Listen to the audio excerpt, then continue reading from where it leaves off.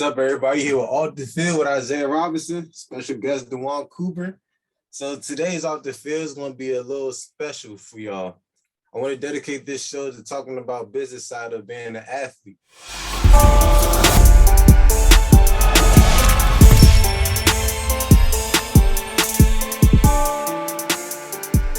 We got 6'3" linebacker from Germantown, Maryland, DeJuan Cooper, who played at Monmouth, then transferred to University of South Dakota.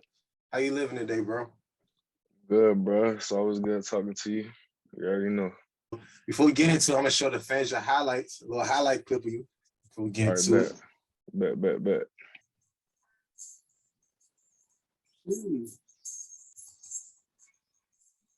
One of my favorite plays right there. We gotta stop it right there. To the head. Oh yeah. That's the squad. Yeah.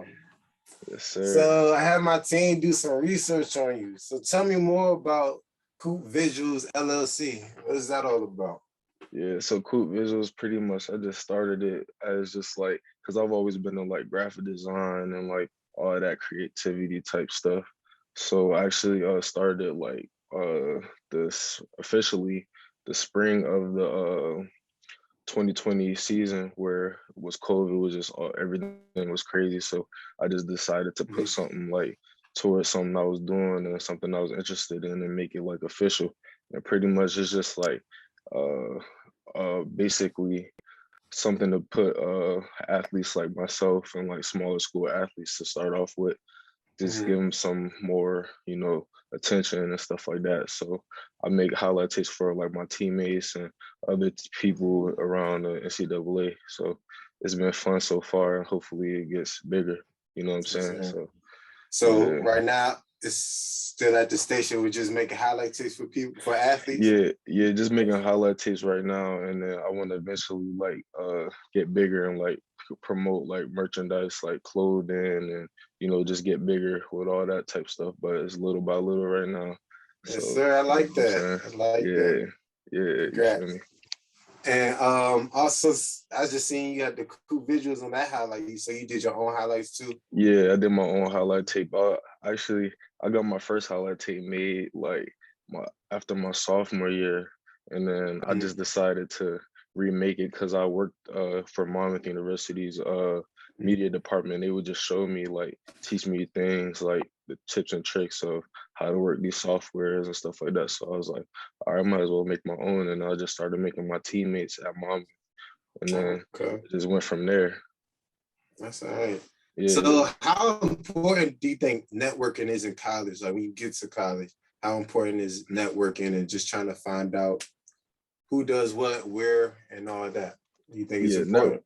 Yeah, most definitely. Networking is important. Like I said, I work for the school's media department. So like I was like doing like the graphics and stuff for like other sports and like stuff like that. And then it was actually crazy because like two of my teammates before, they worked with me, or they worked before me in the same position that I had, and they were both linebackers. So like obviously they was in my position room, and I could always pick their brains about like the graphic design stuff and like how to get better and like how to do all that type stuff. And I still reach out to them today, and they was older than me. So, you know what I'm saying? Networking is really important, especially when it comes to college, like people coming in from different backgrounds and stuff like that. You could really like create a good network with good people. So today's competitive market, how important is it for an athlete to build their brand? Oh yeah, it's most definitely important. Like your brand is everything. Your name is important. Like you want to create like positive things and like be able to like show for something.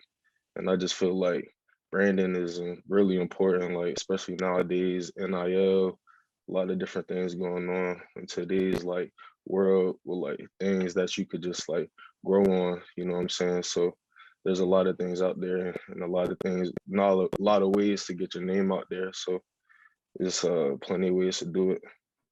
So when I realized later about building your brand. So when did you realize the responsibility of building your brand, and how did you come to that conclusion? Was it the Coop Visuals or was it before that? I think it was like before that, and like I kind of wanted away to like build like my brand and like build something I wanted to show for. So like I was like I just wanted to like, you know, find something like a positive way to just express like something I enjoy doing. You know what I'm saying? So Mhm. and then like just helping other people out in that way too, like it just like creates a lot of different networks, you know what I'm saying? Mhm. So people be Right. reaching out to me talking about like, oh, I'm trying to get a highlight tape, and they go to, you know, X school or whatever, you know what I'm saying? And it's like pretty cool. Like I'm like, yeah, of course I'm trying to do his highlight tape or whatever, you know what I'm saying? So Right. it's just like cool to like see that happen too. Yeah, That's crazy. yeah, for So real. at what point did you realize that you could actually turn Coop Visuals to an actual brand? Like I know you was talking about it during COVID, but Uh-huh. what actually clicked in your head? Yeah, so like 2019 is actually when I like first started it, when I first like worked in the media department, and then like my teammate was just like, yo, like let me get like how you make that tape or where you get that from or whatever. And I told him I made it myself or whatever. So like it just kind of like dominoes just started falling. Like my teammate would ask for it, then another teammate would ask for it, and then like this was my teammate, so of course I'm trying to help them out. So like Right. one teammate was just like, bro, you got to make a page for these because these edits going crazy or whatever. So I'm like, yeah, bro, you're right. So like I didn't do it like right away because like I wasn't like too confident or whatever in it or whatever. And like I Right. guess just the time and everything. But you know, with COVID, everybody had time to do something. So I just started to try to create a name and you know, stuff like that. So I just came up with Coop Visualz, like someone helped me out with that. So yeah, and then I just started to, Right. you know, That's come out with that's that. great. Yeah. You know what I'm saying? So Right. yeah, yeah. So where can people learn more about Coop Visuals and booking your services? Will they get a discount if they mention off the field? Nah, for real, yeah, they would, you know what I'm saying? We could work something up, you know what I'm saying? Mhm. But you know, I just want to just create a positive way, like I keep saying, to just like build people's name and myself, my name also, and also do more things with Coop Visuals. Like I be gaming and blogging and showing like how I live. Like I did Okay. like a couple videos like when I was at Mama during the spring. Like I think it was I did like 3 videos of like my game day routines and like how we travel and like stuff like that. So Okay. yeah, I like just vlogging and just showing like how to be like a Division 1 athlete or just like a college athlete and like you know the responsibilities that come with it. So it's a lot of things that come with it and a lot of things that I'm like pushing forward to do in the future. So yeah, it's just like something. Yeah. All right. So where can people find Coop Visuals if they want to hit you up for edits, or you have a Mhm. website or page, Instagram? Yeah, so my website is coopvisuals.com, Instagram Coop Visuals, Facebook Coop Visuals, everything is pretty much Coop Visuals. You know what I'm Okay. saying? So yeah, even the Xbox gamer tag Coop Visuals. So if you find me on the sticks, you could see that. Yes, sir. Most def, most def. You got Xbox or PlayStation? Xbox, You got Xbox. Xbox or I PlayStation? got it sitting over there right now. Xbox One, the next Ooh, you gen one of jump. those? Yeah, I've been Okay, rocking okay. with the Xbox Now, since like okay, probably like okay, fifth okay. grade. You feel me? What you on the PS? You on the Mm-hmm. PS5? Yeah, I'm on a P5. Okay, okay, okay. You So gotta stick with the Sony. you doing it wrong? You doing it wrong, Zay? We gonna see. We gonna get on the game together for sure. We can All definitely right, run it. bet. So when you Yeah. Google your name and add NFL to the end, Uh, all NFL things pop up like draft diamond, draft stocks, and more. How did you get your name out so big? Was that you, or did you work with an agency to do everything like that? yeah. So I actually, they would just like reach out to me like via Twitter or whatever, and like just like my social media platforms, and like I would just ask my agent at the time, like when I got my agent, I would just ask him if it's something I should do, and then like of course like right now it's like a big thing, pro day coming up. You want to get your name out there and everything, so uh and then just like I guess just like my play too. So Mm-hmm. whatever I was doing on the field, like I guess got me that exposure as well. So that's pretty much it really for that. So I see your clientele list is growing. What advice do you have for other athletes looking to start their business or build their brand? Just don't be afraid, you know what I'm saying? Like, don't be afraid to like take risk and like try something new and like posting like your content or whatever it is that you're doing. Like, you just want to be confident, and like I even got to do better at that too, just with my confidence and like with your time too. You just gotta make sure you manage and like you have a plan. So once you have a plan, you could do anything. All right. That's some good advice. Yes, So now sir. let's talk some football. So your Bet. focus now is getting drafted to the league. Where are you training at? I'm training at Apex Performance Facility in Mesa, Arizona. So with these guys, Justin and Wes, some good dudes up here. They're from the area and really good.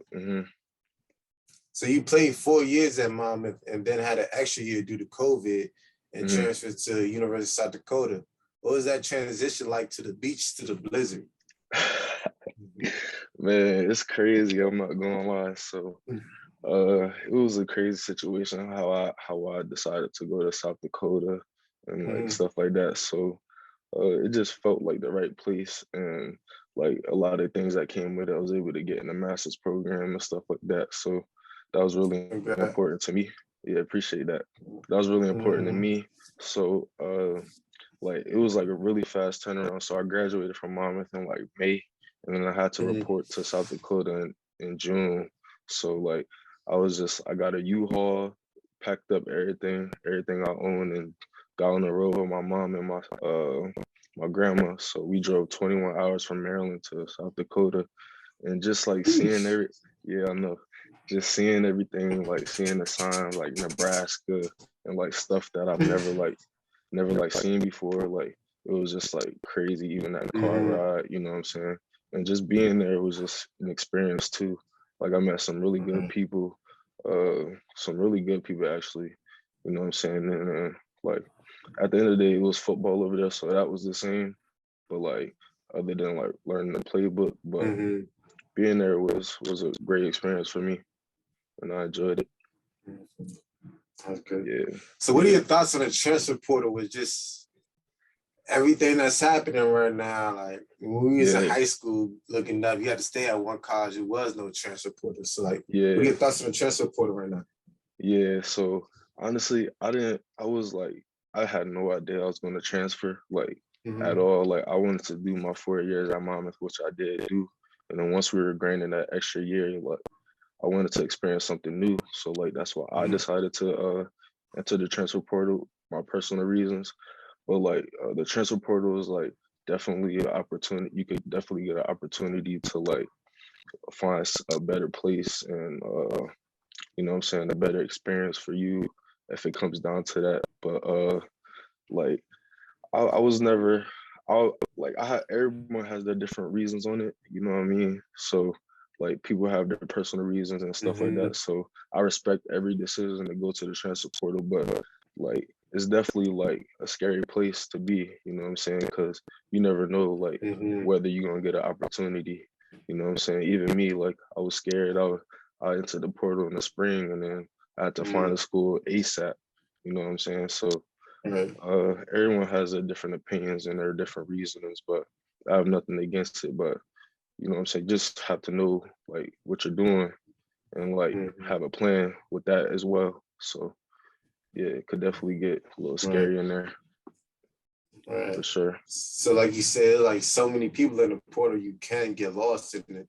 Do you have any advice for someone who's trying to find a school that's in the portal right now? Or yeah, so I would just say don't look for quantity, but look for the quality in the school, and like look for the benefits that you could take. And like obviously everyone wants to be a Division I player or whatever, but like sometimes like it may not be that or whatever. So and then one thing that I would say for my personal reasons, I would say like just try to graduate first before you enter the portal, if like, you know what I'm saying, if it comes down to that. But everyone has their personal reasons and decisions and stuff like that. So you gotta do what you gotta do at the end of the day, but just make sure you thinking first.